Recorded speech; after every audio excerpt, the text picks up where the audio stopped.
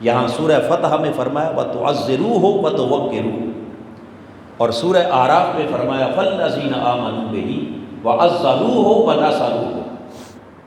تو دونوں مقامات پر آپ نے دیکھا لفظ ایک ہے، تعظیم۔ کیا لفظ ہے؟ بولیے۔ وَتُعَزِّرُوهُ، اس کا مادہ کیا ہے؟ تعظیم۔ اور قربان جائیں مولا تیرے لفظ کے انتخاب پر اگر تھوڑا سا غور کرے تو تعزیر بنتی ہی تب ہے جب حد ٹوٹ جائے۔ بولیے، جب حد کیا؟ اگر حد قائم رہے تو تعزیر نہیں لگتی،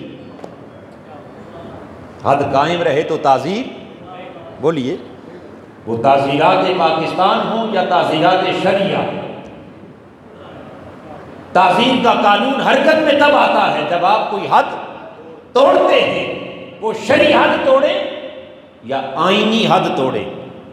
جب تک حد کے اندر رہیں گے تعزیر حرکت میں نہیں آئے گی۔ گویا تعزیر بنتی ہی حد ٹوٹنے سے ہے۔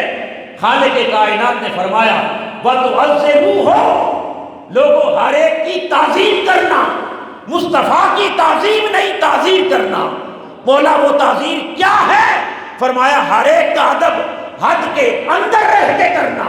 جب ادب مصطفیٰ کا معاملہ آئے تو میرے یار کے ادب میں ساری حدیں توڑ ڈال، میرے حبیب کے ادب میں ساری حدیں کراس کر جانا، چونکہ جب تک سارے آداب کی حدود ٹوٹ نہ جائیں اس وقت تک تعظیر بنتی نہیں، اور جب تک تعظیم رہے تعزیر نہ بنے اس وقت تک مصطفیٰ کے ادب کا حق ادا ہی نہیں ہوتا، حضور کے ادب کا حق ادا ہی۔ تو پتہ چلا کہ ہر کسی کا ادب حد کے اندر ہے، مگر میرے آقا کے ادب کی کوئی حد، بولیے، اس کے اوپر اللہ نے کوئی لیمٹ رکھی ہی نہیں، اس کی کوئی انتہا بنائی ہی نہیں۔ تو فرمایا جہاں سب کے ادب کی انتہا ہو جائے وہاں سے حضور کے ادب کی ابتدا ہوتی ہے، اور رہ گئی انتہا تو حضور کے ادب کی انتہا ہے ہی کوئی۔